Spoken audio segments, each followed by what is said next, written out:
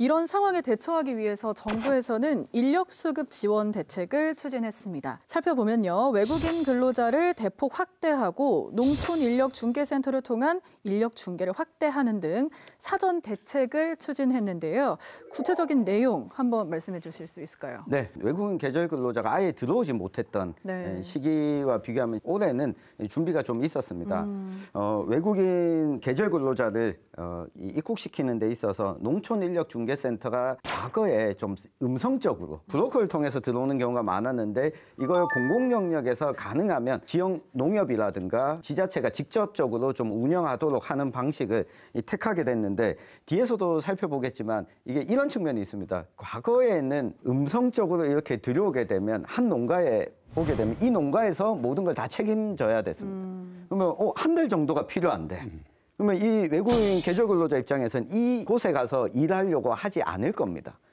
공급과 수요 간의 밸런스가 맞지 않는 측면이 있었는데 이 공공 영역에서 외국인 계절 근로자를 고용하게 되면 필요한 곳에 고용을 좀 책임져주고 하는 제도를 우리 정부에서도 올해는 좀 고민하기 시작했기 때문에 과거에 비해서는 좀 준비가 되어가고 있다라고 좀 볼 수 있는 측면이 있겠습니다. 긍정적이네요. 이제 계절 이주 노동자 제도는 농촌 지자체가 아시아 각국의 지자체와 MOU를 체결하거나 결혼 이민자나 유학생들 가족을 초청하는 방식으로 3개월 내지 5개월의 비자를 발급해가지고 농촌에서 일할 이주 노동자를 들여오는 방식입니다. 네.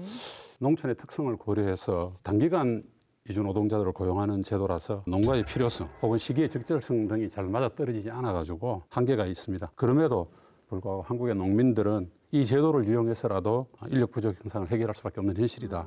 이런 말씀을 드리고 싶네요. 네. 제가 조금 종합해서 말씀드리면 내국인 공급과 이제 외국인 공급 두 개로 나눠지는데요.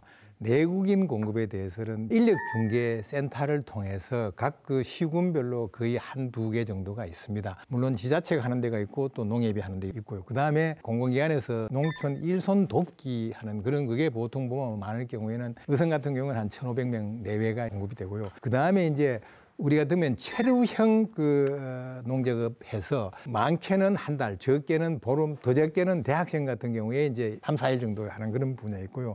그리고 이제 도농 상생 일자리 체험, 국민 참여형 농촌 인력 돕기, 그리고 제일 중요한 건 이제 민간의 인력 중개 센터를 통해서 그게 의성 같은 거 한 10개 정도 됩니다. 그리고 이제 농가가 이제 자가노동하고 이렇게 내국인 공급에는 이걸 가지고 이제 충당하고 외국인 같은 경우에는 외국인 계절 근로자 공공형이 또 이제 따로 올해부터 이제 시작되는 문제고요.